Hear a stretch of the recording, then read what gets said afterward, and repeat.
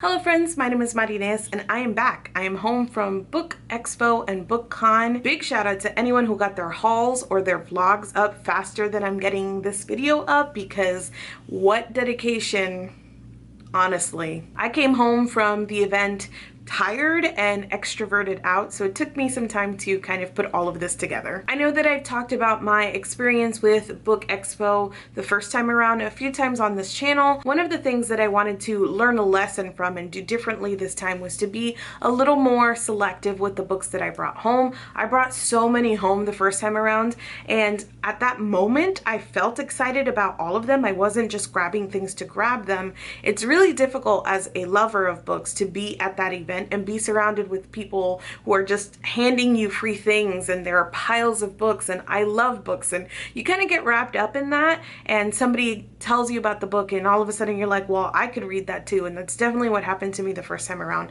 The excitement, the atmosphere really kind of got to me, and I brought home too many and I didn't read them all, and then I felt bad about it. So something in that whole equation had to change, and I decided to be a little more selective with the books that I brought home. I gave myself a limit. 10 books is what I wanted to kind of cap it at. I would bring home 10 books, and I ended up bringing home 6 arcs and 1 finished copy. And in this video I'm going to talk to you about the 6 arcs that I brought home and that I'm super excited to read. I'm going to tell you about each book, what drew me to that book, and also I'm going to try a chapter or 2 from each book just to give you my first impressions. First up, it's Dear Haiti, Love Alaine by Maika and Maritza Moulite. This is from Inkyard Press and it is releasing September 3rd, 2019. This is a YA contemporary about a girl named Alaine who gets shipped off, so to speak, to Haiti after something goes horribly wrong with a school project. A few weeks ago, I went to go see Nina Moreno, author of Don't Date Rosa Santos, at Books and Books in Miami,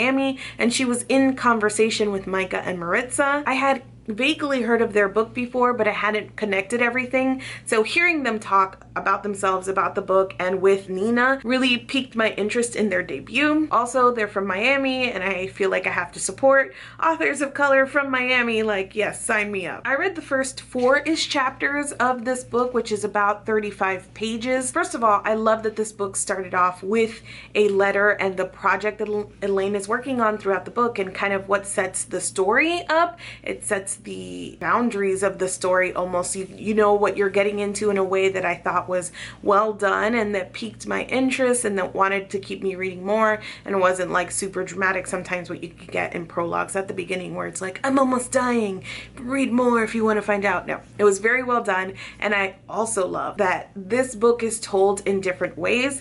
So I've had a chapter, like I said, the layout of the assignment, just like what the assignment is, then a few chapters that are kind of regular chapters. There were a couple emails back and forth, and kind of flipping ahead, it looks like there might be like text messages, other little snippets of the assignment. So just, I love when things play with format and it keeps it reading very quickly as you're reading through some of those like text messages, emails, and things like that. So I'm super excited. I've loved what I've read so far, and I can't wait to read about Elaine's relationship with Haiti and what happens when she ends up going back. Book number 2 is The Beautiful by Renee Ahdieh. This is from Putnam and it's releasing in October of 2019. The book is set in 1872 in New Orleans, but a New Orleans with vampires. Our protagonist is named Celine, and she's fled Paris and come to New Orleans, and she's going to be staying at a convent, but she gets wrapped up in trouble once again when a series of murders break out in New Orleans, and all evidence points to the dark and mysterious man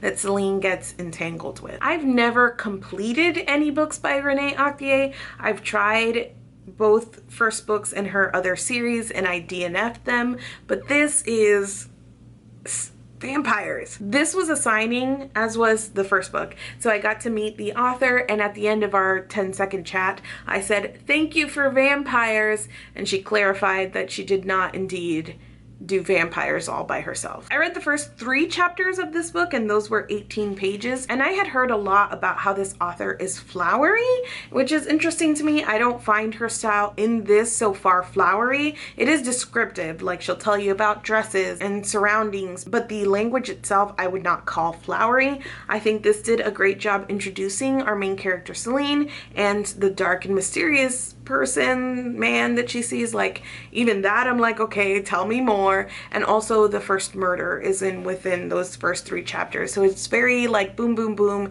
action packed, and you immediately feel for Celine because she sets her up with a best friend as well. So super good beginning to get you intrigued. Not as flowery as I was expecting, but that was just my own expectations. Number 3 is Cursed, written by Thomas Wheeler and illustrated by Frank Mille. This is from Simon & Schuster, and it is releasing in October of 2019, and it is also soon to be a Netflix original. This story is a new take on an Arthurian legend.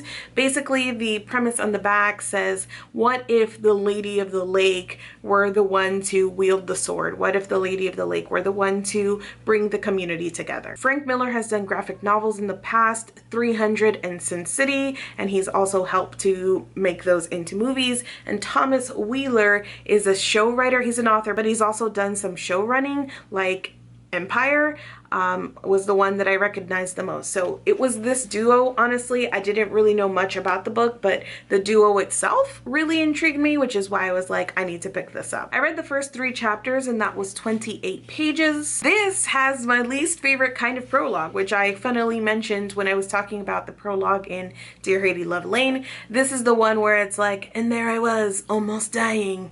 Don't you want to know why? And then it takes you back to the beginning of the story. It's very Twilight. It reminds me of Twilight so much now, which is probably unfair to everything else that does it, but Twilight did this all the time in the books. Like Bella was always almost dying at the beginning in the prologue, and you know, after a while you don't care. So anyway, this story did that, which wasn't my favorite, and it was very graphic. It was very violent in the beginning, which I don't know what I expected from Frank Mille. I should have probably expected violence.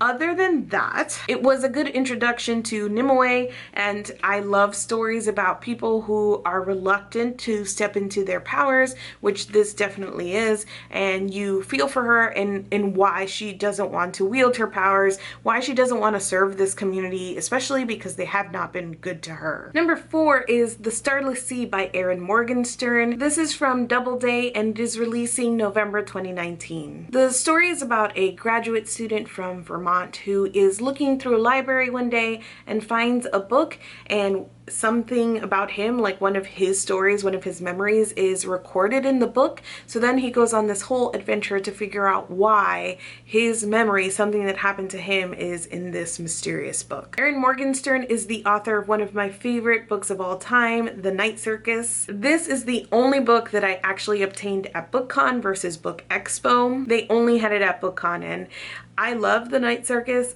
and I was with Sam from Thoughts on Tomes, who loves The Night Circus. So she decided we were gonna do it, we're gonna brave it, and I was there with her. We got up early, we got to the line early, we lined up for a while, and we power walked over to where, no pushing, no running, we're adults here. We power walked over to where they had the books, and we waited for a while, and thankfully they had enough tickets, and it felt like most people who wanted it got it, so we were included in those as well, and I'm super excited to read this. One, because as I mentioned, Erin Morgenstern, and she did such a fantastic job creating the world of The Night Circus that I will read whatever she writes from here on into forever. And 2, because it is a portal fantasy, and I love portal fantasies. I read the first 23 pages of this. This story isn't broken into chapters per se. It's these little snippets, and there's not like a huge twist or reveal into like how these snippets are broken up, but it is satisfying even in those first 23 pages to kind of understand what's happening by throwing us into the story and then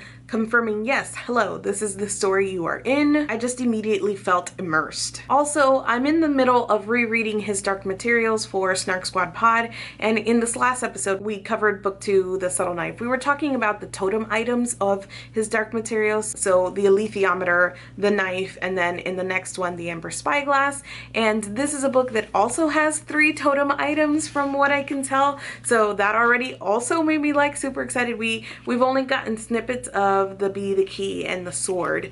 But I'm already like, tell me more. I need to know more about these things. Number 5 is Fate of the Fallen by Kade. This is from Tor, and it is also releasing November 2019. There were a couple of books that I wanted from Tor really badly, and their lines were always ridiculous, so this was the only one that I managed to get my hands on. In fact, I don't even think that I got this one. I think Melanie was kind enough to be like, hey, I think you really wanted this one, because I kept talking about wanting some of these Tor books. But yes, that was really great of her. This is another one where I don't know much about the plot synopsis, but I really know the selling point. And in this one, it's what if Frodo got assassinated and Sam had to finish the quest. So it's being compared to Lord of the Rings right out of the gate.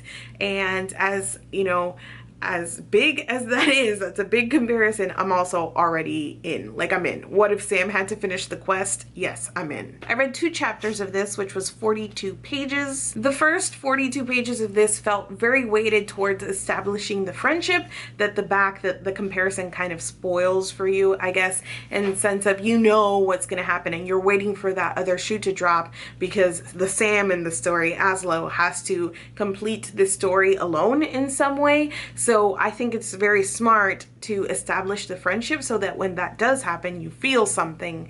And I really love to learn about these 2 different men. One is Aslo, and he's the Sam, I'm assuming, in this whole relationship, and he's a forester, so he's like destined to live in the forest mostly by himself and serve the people, and he's just kind of a quieter, more internal kind of person. And then you have his best friend, who is like the charming one, future mayor, all the girls like him, and he has a prophecy about his life, about what he's going to do, and he's prepared to do that. And right at the end where I stopped reading this first little bit, it was the call to action, and I really love thinking about different characters' call to action.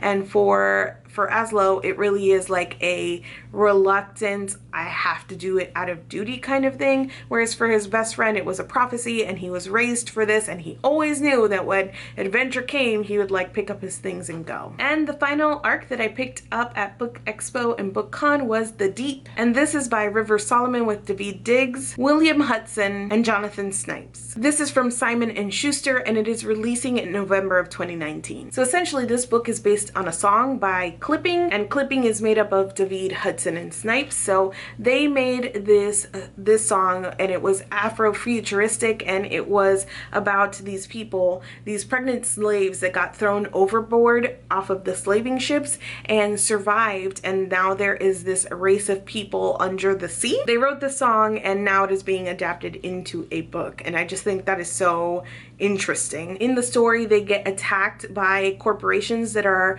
looking for oil, and so they decide to stage an uprising. I read the first 2 chapters, which was 27 pages, and I realized that in that little summary that I just gave you, I didn't really know much about what else was happening in the story. So apparently we are following this main character who is the memory keeper for her people. These people only have short-term memories, and so as the memory keeper, it is her duty to contain their entire history, but once a year they all come together and remember and share. And I love what it's saying so far. I love stories that have themes of memories and how we remember things and how we remember history, and that makes so much sense for what I know this story to be. Even though I didn't know that this character was going to be a memory keeper, I do also love this idea that even though they live with the recklessness of not having to remember their actions, they get to a certain point where they get antsy and they want to remember because it helps them know who they are. It helps them answer questions about themselves. So all of that was really well done within 27 pages. It got me thinking immediately. I will say that because this is a super short,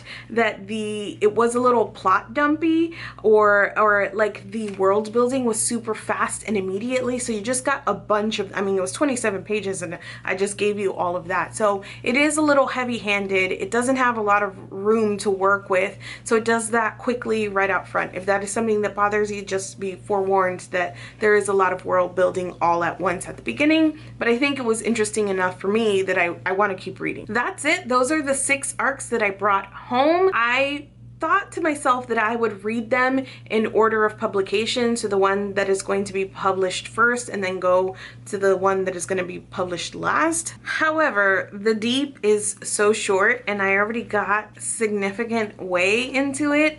I mean, 27 pages. So I'm like, I don't know, this is something that I could finish in one sitting and I kind of want to. So now I'm like, maybe I'll start here, even though this is probably the last thing to be published in my whole pile. So who knows? Anyway, if you're excited for any of these, let's chat down in the comments. Thank you so much for watching this video and I will see you guys soon. I read 2 chapters of this, which was number 6.